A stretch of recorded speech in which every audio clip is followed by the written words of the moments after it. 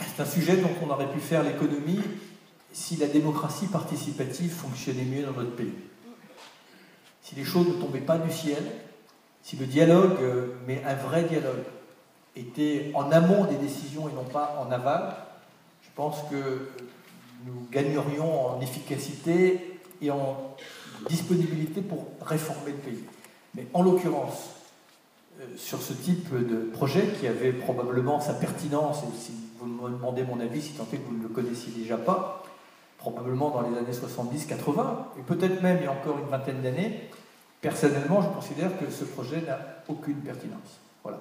D'abord parce qu'aujourd'hui, nous avons un budget contraint, et que les investissements, me semble-t-il, il ne faut pas les mettre dans ce type d'investissement.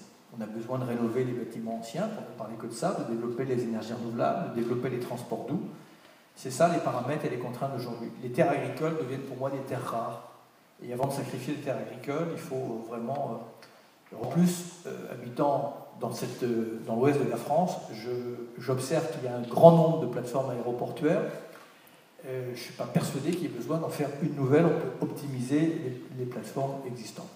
Personne ne veut être perdant. L'idée du référendum était une bonne idée pour sortir par le haut. Mon sentiment, c'est que cette idée a été mal mise en œuvre, puisque c'est l'aéroport du Grand Ouest, qu'économiquement, c'est tout le Grand Ouest qui participe prioritairement à cet investissement, et ça n'est qu'une toute petite partie du Grand Ouest qui est consultée.